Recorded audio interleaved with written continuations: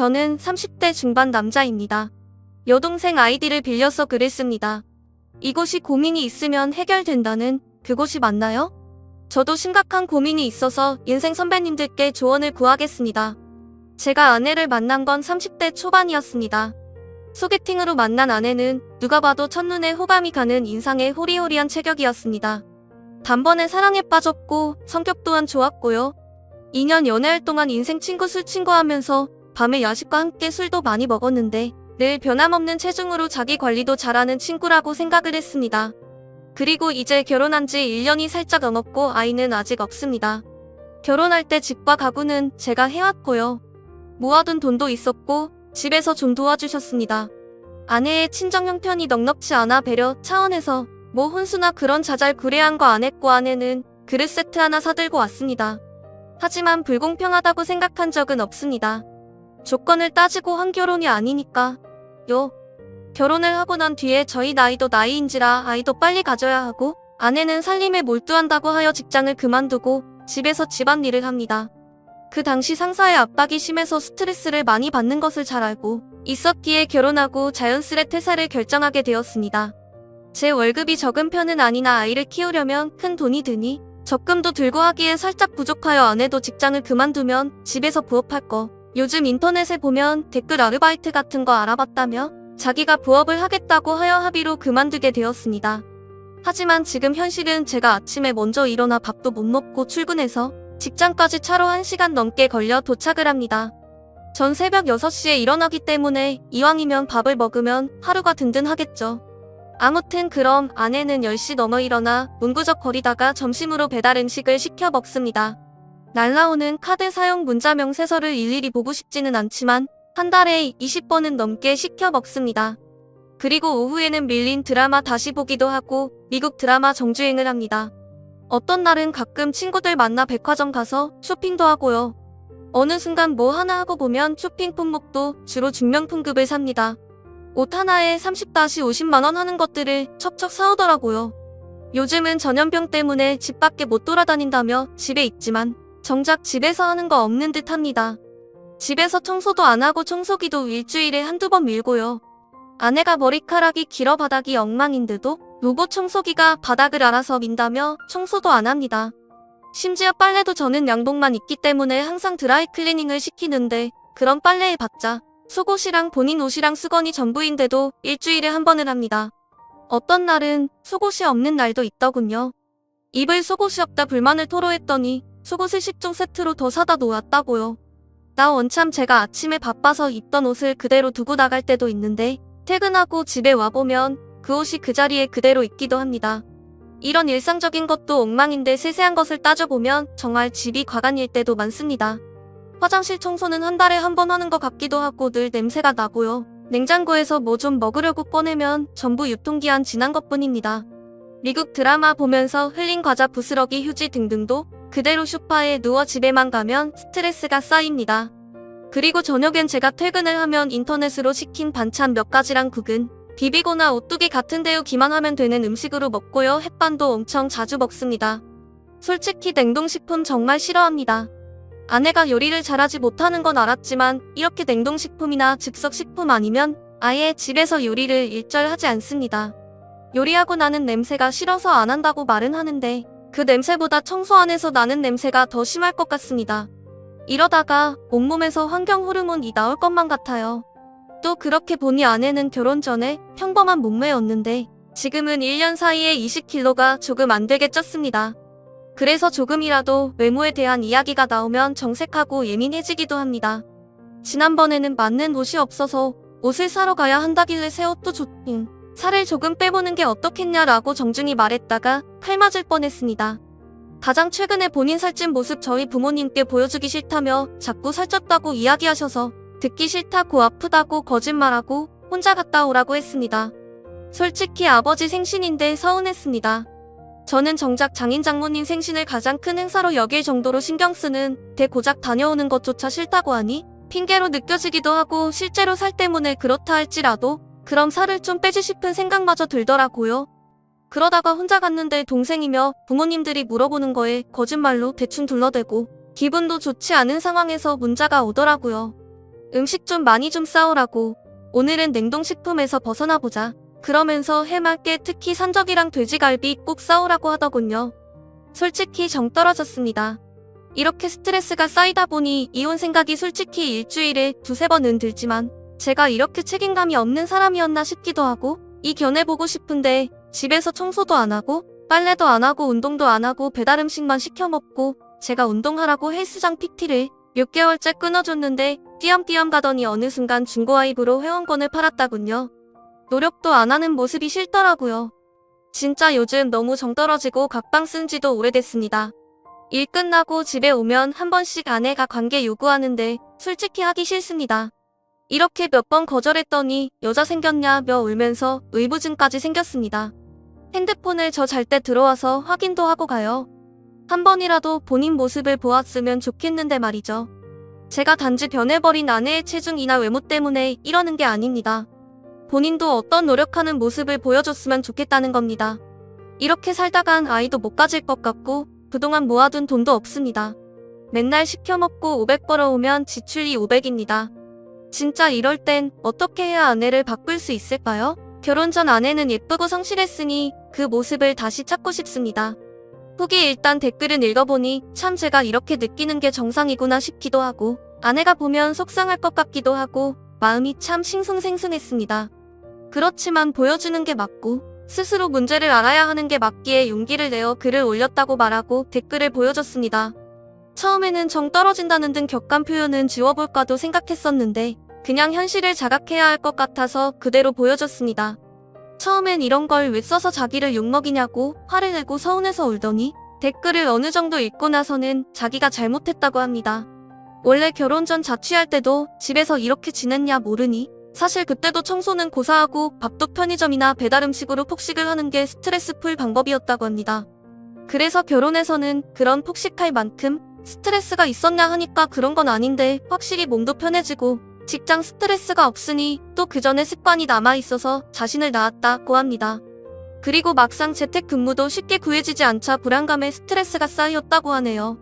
이렇게 살아서는 건강도 물론이고 큰일 날 수 있겠다 싶어서 여러분들 좋은 대로 제 카드에 생활비 150만원으로 한도를 설정해놨고 그 150만원 안으로 한 달 동안 식자재 사고 옷이나 샴푸 등등 필요한 생필품을 사고 보험료도 내는 방식으로 하자고 합의를 했습니다. 생활비를 설정해 놓는다는 건 생각조차 못했는데 너무 좋은 방법이다 무릎을 탁 쳤습니다. 아내도 무한정 쓰지 않고 한도 내에서 잘 살아보겠다고 하며 방법을 잘 몰랐다고 합니다. 운동을 혼자 가니 살찐 모습 때문에 더 위축이 된다고 하길래 앞으로 제가 퇴근하고 같이 헬스장을 가기로 했습니다. 가서 같이 운동을 하면서 저도 건강 챙기고 아내도 체중 감량을 하고 아내가 1년간 일을 그만두고 집에 있으면서 퇴사를 하고 나서 2달 정도는 정말 행복하고 좋았다가 좀 지나고 보니 자신이 왜 존재하는지 이런 생각에 잠겨서 마음이 좀 힘들었다고 합니다. 자신도 부지런해지고 싶고 무언가에 열정적으로 매달리고 싶은데 의지도 부족하고 현실도 여의치 않아 자꾸만 안주하게 되더라고요 하네요. 그러면서 이렇게 변화할 수 있는 기회를 주셔서 고맙다고 하니 왠지 눈물마저 나더라고요. 그래서 운동을 좀 하고 마음을 좀 추스르고 취업을 하기로 했습니다. 취업 전까지는 본인이 전업주부이니 집안일을 신경 써 본다고 약속했고요. 이제는 전업주부도 본인의 업이라 생각하고 규칙적으로 신경 써서 일하겠다고 하네요. 아침은 제가 일찍 나가고 그러니 저도 이 부분에서 굳이 자는 사람 일찍 깨워서 밥 차리라고 하기도 싫고 그래서 저녁을 아내가 차려주기로 했습니다. 아침은 저녁에 먹고 남은 거나 밑반찬을 해두면 제가 차려 먹기로 했고요. 주로 아침 메뉴는 가벼운 것을 먹기 때문에 저도 큰 불만은 없을 것 같아요. 빵을 미리 사놓아도 되고요. 이혼하라는 말이 가장 많았는데 사랑하는 사람이고 제가 좀 더 힘들더라도 아내가 반짝였던 시절처럼 다시 돌려놓고 싶습니다. 저 역시 이혼 생각 많이 했지만 열심히 노력해보겠다는 사람 먼저 내치고 싶지는 않습니다. 외적인 부분 때문이 아닌 내면으로 아름다웠던 사람이었던지라 안타깝고 속상한 마음이 큽니다. 사실 이걸 보여주면 아내가 엄청 화내고 끝을 볼 수 있겠다고 생각을 했는데 그런데 아내가 그래도 본인 문제를 정확히 알고 진심으로 사과하며 고치려고 같이 계획도 짜고 진솔하게 이야기하는 모습을 보고 저도 언제 그랬냐는 듯 다시 정이 샘솟습니다. 참 고맙고 기특하고 한번 믿어보기로 했고요. 그래도 저는 참 기분이 좋네요. 그래도 여러분이 아니었으면 이렇게 좋은 방향으로 생각하지 못했을 것 같습니다. 운동을 같이 하고 더불어 식이 조절까지 한 지 일주일 되었는데 3kg 빠졌다고 소녀처럼 좋아하네요. 다시 제 인생에 한 줄기 빛이 생기는 기분입니다. 감사합니다. 다들 행복하시고 날 추워지는데 감기 조심하세요. 베스트 댓글입니다. 보기만 했었는데 댓글을 달아봅니다. 후기 글 보니 조언도 충분히 듣고 서로 의견 조율도 하시고 좋게 풀리신 것 같아서 저는 부인도 남편분도 그냥 응원하는 마음으로 보게 되네요. 인내하고 같이 상황 바꾸려고 해보는 남편분도 대단하고 내심 서운한 마음도 있었겠지만 반성하는 부인도 대단하다고 생각합니다. 부인 여기 있는 조언들 새겨들으시고 제대로 반성하셔서 지금까지는 이래저래 아파서 살도 20kg 찌고 그랬지만 내가 선택한 아내 한다면 하는 여자라는 거 한번 보여주세요. 남편 신뢰도 되찾고 행복한 결혼 되시길 바라겠습니다. 감사합니다. 다음 사연입니다. 안녕하세요. 저는 얼마 전에 결혼한 새댁입니다. 저는 오늘 저희 친정과 저희 시댁 얘기를 좀 해보려고 합니다. 저희 친정이나 시댁이나 어이없는 사연이 있어서 어느 가정 얘기부터 해야 하나 싶네요. 가족 간의 신뢰가 깨지고 믿음이 사라지니 남보다 못하다는 것을 실감했습니다. 남이야 속일 수도 있고 안 보면 되지만 이런 엄청난 일은 가족은 이러면 안 되는 거 아닌가 싶어요. 몇십 년을 비밀을 숨겼으니 그 배신감은 이루 말할 수가 없습니다. 저희 가정사도 기가 막히고 저희 시댁 얘기도 기가 막혀서 말입니다. 일단 제가 두 가정의 문제를 말하기에 앞서 제가 신랑과의 만남부터 얘기를 시작해 볼게요. 저는 결혼이라는 거에 전혀 정말 관심이 하나도 없던 사람이었습니다. 저는 한부모 밑에서 자랐는데 그래도 전혀 불행하지 않았고 행복했어요. 아버지 없이 엄마랑 살았는데 단둘이 산 건 아니고 외할아버지와 외할머니, 삼촌들 이렇게 같이 살았어요. 삼촌들이 워낙 저를 많이 챙겨주셔서 아빠의 빈자리는 전혀 느끼지 못했던 것 같아요. 어릴 적 학교에서 하는 운동회도 삼촌들이 다 참석해줬어요. 아빠랑 하는 놀이도 빠짐없이 와줬기 때문에 저는 친구들이 아빠가 없는 줄 몰랐어요. 간혹 한두 명이 왜 아빠를 삼촌이라고 부르냐고 놀려대는 애들도 있었지만 굳이 대꾸하지 않았던 것 같네요. 그렇게 유년 시절을 아무 탈 없이 보냈고 청소년기도 사춘기란 거 없이 무탈하게 잘 보냈는데 성인이 되어서 어느 정도 나이가 찼을 때 집에서 결혼 얘기가 나왔는데 무관심이었어요. 결혼에 대해 엄마의 영향이 전혀 없다고는 말을 못하는 게 어릴 적 엄마를 보면 혼자 지내시는 모습을 보니까 꼭 결혼을 해야 하나 싶었던 것 같아요. 그리고 엄마는 재혼도 하지 않고 저만 바라보고 사셨어요. 그래서 더 엄마와 함께 끝까지 함께하면서 친구가 되어주고 싶었던 것 같습니다. 엄마는 저와 얘기하고 같이 있으면 행복해 하셨거든요. 그런데 뜻하지 않게 저에게 저희 난구님이 온 거죠. 사랑하는 사람이 생기니까 엄마에게 죄송하게도 결혼이 하고 싶더라고요. 저는 신랑과 결혼을 결심하게 된 계기도 어찌 보면 신랑의 가정 환경이 한몫했어요. 너무 행복해 보이고 가족 간의 사랑이 느껴졌어요. 그리고 무엇보다 아버님이 자식들을 사랑하는 모습이 인상 깊었어요. 아버지 없이 자란 저는 그 모습을 보고 아버지란 저런 분이구나라고 느꼈어요. 한없이 주기만 하는 모습에 반했거든요. 신우 한 명이 있는데 아버님이 다 큰 딸인데도 예뻐서 어떨 줄 몰라 하더라고요. 많이 부러웠습니다. 저도 나름 삼촌들한테 받은 사랑이 있는데도 느낌이라고 해야 하나 뭔지는 모르겠는데 다른 것 같았어요. 이런 가정이면 나도 행복하겠구나 싶었습니다. 그리고 시어머니도 사업을 하신 분이라 그런지 화통하시고 시원시원하셨어요.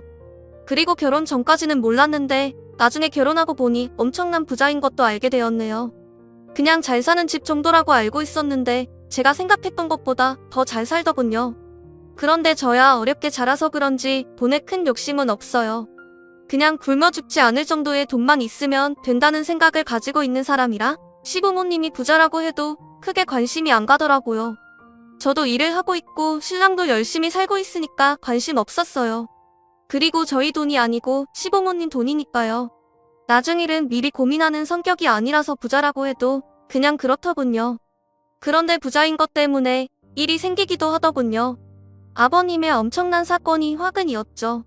그런데 저는 그 사건이 터지기 전까지는 아버님이 너무 좋았어요. 왜냐하면 저희 아버지는 바람기가 다분한 분이셨거든요.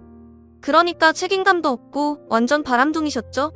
엄마 말에 의하면 싸질러 놓고 책임이라고는 하나도 없는 사람이라고 어릴 적 귀에 딱지가 않도록 들었던 말입니다. 아버지는 제가 3살 때쯤 바람이 나서 집에 들락날락하다가 아예 집을 나가셨다가 제가 7살 때쯤 한번 외갓집에 오셨던 기억이 있어요. 그래서 제가 아버지 얼굴을 잘 기억 못하는 것은 초등학교 입학 전 한두 시간 함께 짜장면 먹은 기억밖에 없었기 때문입니다. 하도 집에 없다 보니까 사진을 같이 찍은 것도 없고 엄마와 아버지 결혼 사진도 있었지만 엄마가 제가 4살 때쯤 결혼 사진 다 지져서 불태워버렸다고 하더군요. 그리고 저랑 엄마 할머니와도 같이 살다가 아버지가 바람나서 집에 오지 않자 엄마는 저를 데리고 집을 나와버렸다고 해요. 그래서 저는 어릴 적 외할머니, 외할아버지, 엄마, 삼촌들 이렇게 같이 살았었어요. 저는 어릴 적에 너무 충격적이어서 기억에 생생하게 남아있는 사건이 하나 있습니다. 아버지는 몇 년 만에 집에 왔다가 엄마랑 제가 친할머니랑 살고 있지 않다라는 것을 알고 외가로 저를 만나러 찾아왔다고 해요.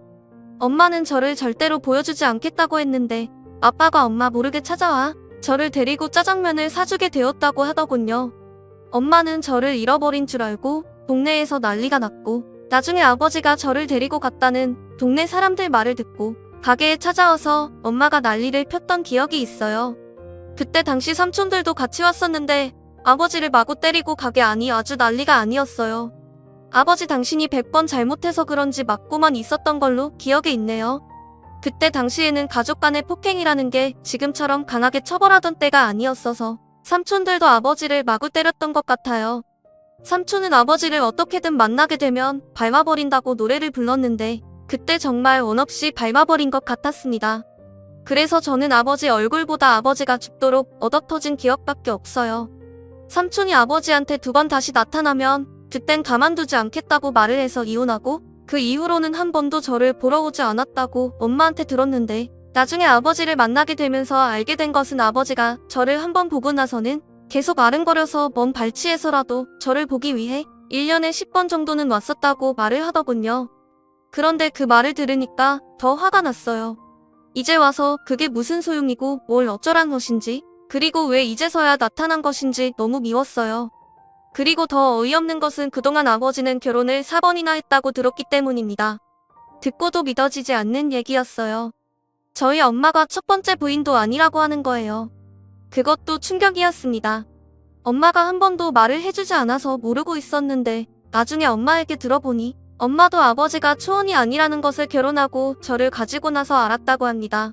엄마가 나중에 알고 나서 충격을 받았지만 친정에는 알리지 않았다고 해요. 잘 살면 되겠지 하고 다 묻었는데 이런 고마움도 모르고 아버지가 또 바람을 피워서 결국 엄마도 더 이상 참지 않고 아버지가 바람나서 집을 나갔을 때 이혼도 해야 하고 더 이상 인연이 아니다 싶어서 끝을 보기 위해 삼촌들한테 알렸다고 하더군요. 원래 아버지는 엄마와 결혼, 전 전부인과 이혼하고 바로 엄마를 만나면서 결혼을 했다고 합니다. 전부인한테는 애가 하나 있었다고 하네요.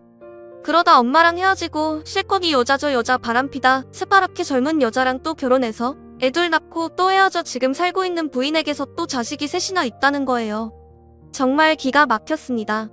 그러니까 저에게 이복 형제가 자그만지 6명이나 있다는 거예요. 저는 원하지 않은 이복, 오빠가 1명 있고 나머지 어린 이복, 동생이 5명이나 있다는 말에 기절하는 줄 알았네요. 헐이라는 이런 말을 이럴 때 쓰는가 봅니다. 아버지한테 저는 왜 알고 싶지도 않은 그런 얘기를 하냐고 따지고 물었어요. 아버지 한다는 말이 자기도 혼자라서 외로운데 저랑 이복, 오빠가 혼자라 걸린다는 그런 말을 하더군요. 걱정 붙들어 매라고 했습니다. 그런 이복, 오빠나 동생 없어도 하나도 외롭지 않다고 하니까 또 어이없는 말을 하는데 인간 같지 않았어요. 아니 어떻게 인생을 저렇게 살았는지 이해가 안 됐습니다. 더 기가 막힌 것은 저 결혼한다는 소식을 어떻게 듣고 그동안 먼 발치에서만 보다가 꼴의 아버지라고 결혼식에 제 손을 잡고 들어가고 싶다고 그 말할 땐 정말 무릎 꿇고 비는데 저는 절대로 받아줄 수 없었어요. 그래서 저는 아버지한테 절대로 오지도 말라고 시댁에는 아버지가 어렸을 때 돌아가셔서 외삼촌이 아버지나 다름없이 컸다고 말해뒀으니까 사람 죽는 꼴 보고 싶지 않으면 오지 말라고 했습니다. 더 기가 막힌 것은 아버지의 말이었어요. 자식들이 그렇게 많아도 딸이라고는 저 하나뿐인데 어떻게 모른 채 하냐는 겁니다. 저는 커피숍에서 만나서 얘기를 하는데 주변에 누가 있든 없든 신경 쓰지 않고 마구 쏘아붙이며 말했어요. 다신 찾아오지도 말고 전화하지도 말라고 그냥 제 인생에서 꺼져달라고까지 했습니다. 제 말이 심하다 싶었는지 손을 올리려 하더군요. 그래서 한번 때려보라고 머리를 들이댔어요. 자신도 더 이상 안 되겠는지 그냥 자리에서 일어나 나가더군요. 저는 나가는 그 사람 뒤통수에 대고 소리쳤어요. 저는 오빠도 동생도 없으니까 2번 다시 형제 어쩌고 말하지 말라고 소리쳤습니다. 그 이후 아버지란 사람의 소식은 전혀 들을 수 없었습니다. 그래서 저는 결혼 전 그냥 신랑이랑 같이 입장했습니다. 그런데 이 사람이 이렇게 나온 엄청난 이유가 있었는데 그걸 알게 되었네요. 하루는 그날따라 일이 너무 많아서 일에 찌여 있는데 모르는 번호로 전화가 와서 업무가 너무 바쁘기도 하고 모르는 번호이기도 해서 전화를 받지 않고 있었어요. 그런데 나중에 보니까 전화가 수십 분도 넘게 와 있는 겁니다. 도대체 누구길래 이러나 싶어서 점심시간대에 전화를 해봤어요. 여보세요 하는데 젊은 여자다라고요. 저는 그 사람을 전혀 모르니까 상대방이 말을 할 때까지 기다렸습니다. 저에게 그 많은 전화를 했을 때는 무슨 이유가 있겠지 하고 상대방의 대답을 기다리고 있는데 갑자기 흐느끼면서 다짜고짜 자기를 만나줄 수 있냐는 거예요. 이건 뭐지 했네요. 도대체 자기가 누구인지도 밝히지 않고 다짜고짜 만나달라는 말에 저는 전화를 잘못 거셨어요 하고 그냥 끊어버렸어요. 괜히 기분이 좋지 않았거든요. 그런데 다시 그 번호로 전화가 오더군요. 다시 받을까 하다 받지 않았더니 문자 하나가 오더군요. 문자에는 제 아버지의 아내라고 하면서 꼭 만나 뵙길 바란다는 문자였습니다. 저는 이 여자가 지금 같이 살고 있는 여자구나라는 생각이 들더군요. 저는 일하는 내내 많은 고민을 했습니다. 도대체 이 여자가 왜 나를 만나려고 하는 걸까? 많은 생각을 해도 답이 나오지 않더군요. 저는 그 문자를 받고 답도 주지 않고 일주일 동안 고민을 했습니다. 그런데 퇴근하는 길에 전화가 걸려왔어요. 저는 순간 번호를 보고 받을까 말까 고민을 하고 있는데 제 앞에 젊은 여자가 전화기를 귀에 대고 저를 향해 걸어오더군요. 제가 전화를 받지 않자 그 여자가 전화를 끊더니 저에게 인사를 건네더라고요. 아버지랑 같이 살고 있는 사람이라고 하면서 같이 얘기 좀 하자고 하는데 제가 그 여자랑 할 얘기가 뭐가 있을까 싶어서 거절했습니다. 같이 마주 앉아 할 말 없다고 하고 그 여자를 뒤로 하고 가려는데 갑자기 제 팔을 잡더니 도와달라고 하는 겁니다. 지금 저희 아버지가 간암이라고 하는 거예요. 그래서 저보고 검사를 해달라는 부탁을 하러 왔다고 하더군요. 참 할 말이 없더군요. 저는 그 여자가 잡은 팔을 뿌리치면서 도와줄 마음 없고 나한테 아버지란 사람 없다고 하고 단번에 거절했어요. 그러자 그 여자 제 앞에 무릎을 꿇더니 아이가 셋이나 있다면서 제발 도와달라고 하는 겁니다. 순간 아버지라는 인간이 있다는 게 너무 싫었어요. 저는 이 여자한테 저도 임신 준비하고 있어서 절대로 못 해주고 검사 꿈도 꾸지 말라고 하면서 뒤돌아서는데 이 여자 저한테 달려와 제발 부탁한다고 매달리더군요. 그러면서 오빠라는 사람한테 찾아가서 부탁했는데 그 이복 오빠도 모른다고 했다고 저한테 부탁한다고 매달리더군요.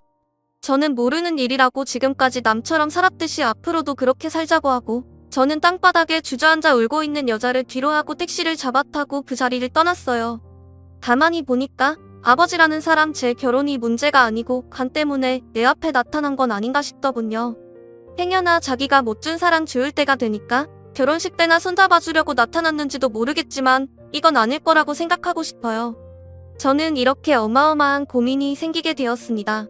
제가 어떻게 해야 할지 모르겠습니다. 저는 이 고민으로 미쳐버릴 것 같아요. 그런데 안 좋은 일은 겹쳐서 온다는 말이 있는데 이제부터 아까 말씀드리지 못한 시댁 얘기를 해볼게요. 저희 시댁에 대형 사고가 났습니다. 제가 그렇게 부러워한 저희 시댁에 엄청난 일이 생긴 겁니다. 아버님을 너무 좋아했는데 저희 아버님도 저희 아버지와 별다를 게 없다는 걸 알았습니다. 바로 아버님이 어머님을 만나기 전에 여자가 있었는데 저희 어머님 쪽이 워낙 잘 살았던 부잣집이라 시아버지는 그 여자를 버리고 어머님을 선택해서 결혼까지 했다고 해요. 그 여자는 아버님이 결혼을 하고 나서 아이를 가진 것을 알고 혼자서 몇 년을 키우다 생활이 어려워지자 아버님을 찾아왔다고 합니다. 아버님은 가정을 깨고 싶지 않아서 그 여자와 아들 뒷바라지를 해주는 조건으로 숨어서 지내라고 했다고 해요. 그래서 그 여자는 정말 숨어서 지냈다고 하는데 이게 있을 수 있나 싶었어요. 그 여자라는 분이 워낙 순진해서 아버님 말을 들어왔었다고 하더군요.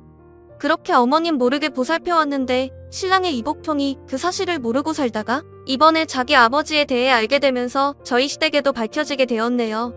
이게 가능한가 싶었어요.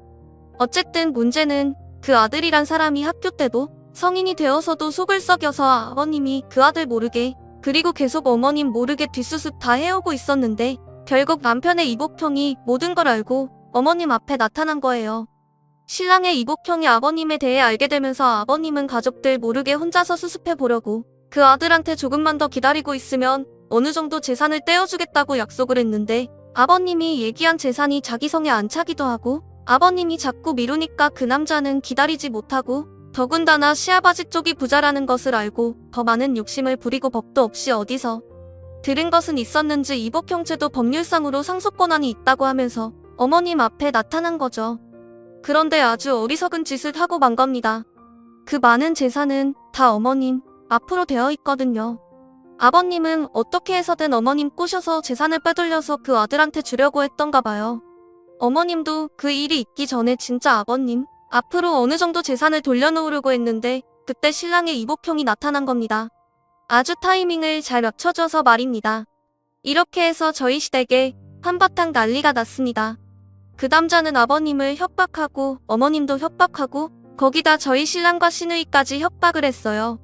어머님은 아버님과 이혼을 하려고 했지만 재산 분할이라는 게 있어서 그냥 이혼하지 않고 별거로 들어갔어요. 시아버지도 나중에는 법으로 가겠다고 했지만 애지중지하던 하나뿐인 딸이 결혼식을 앞두고 있었고 어느 누가 봐도 아버님이 불리한 싸움이었어요. 저희 친정아버지와 저희 시아버지 정말 남자가 뭔지 가만히 보면 이런 남자들이 벌려놓고 뒷감당은 여자 몫인 것 같아요. 왜 남자가 치울 쓰레기를 왜 여자가 해야 하는지 답답하네요.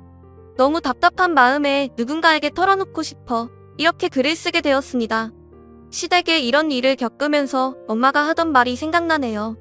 혹시라도 내 아버지가 결혼이라도 했으면 나중에 내 이복 동생들이 내 앞길을 막으면 어쩌냐 하고 걱정하셨는데 그 말이 저한테가 아니라 저희 신랑한테 이런 일이 일어날 줄은 꿈에도 정말로 몰랐습니다. 저한테는 동생들이 문제가 아니고 아버지가 걸림돌이 되었네요. 아직 엄마에겐 아버지 사실을 말하지 않았는데 어떻게 해야 할까요? 저는 지금 아버지 때문에 문제이고 저희 시댁은 시아버지 때문에 아주 시끄럽습니다. 그 이복형이라는 사람이 나서서 설치는 바람에 땡전 한 번 못 받고 아버님은 집에서 쫓겨나 어머님과 지금 별거 중이십니다. 그리고 그 남자 저희 시댁 집에 와서 행패를 부려서 접근금지 가처분 신청이 되어 있습니다. 이를 위반했을 경우 형이 무겁고 벌금도 만만치 않고 구류의 처벌도 받을 수 있다고 해서 그런지 아직은 조용히 지내고 있는 걸로 알고 있네요. 아버님을 이제는 다시 볼 일이 없을 것 같네요. 어머님은 돈이 많으니까 변호사가 다 알아서 해결을 해주시는 것 같았습니다. 저는 이번 일을 겪으면서 돈이 없는 것보단 있어서 변호사라도 구할 수 있으니 좋은 것 같기도 하고 돈이 없었으면 이런 일이 생겼을까 싶기도 하고 참 돈이라는 게 아이러니하네요. 저희는 어머님이 시키는 대로 대처하고 있고 모든 것이 별 문제 없이 해결되길 바라고 있을 뿐입니다. 그리고 마지막으로 저는 정말 어떻게 해야 하는 것이 좋은지 여러분의 소중한 의견 부탁드리겠습니다.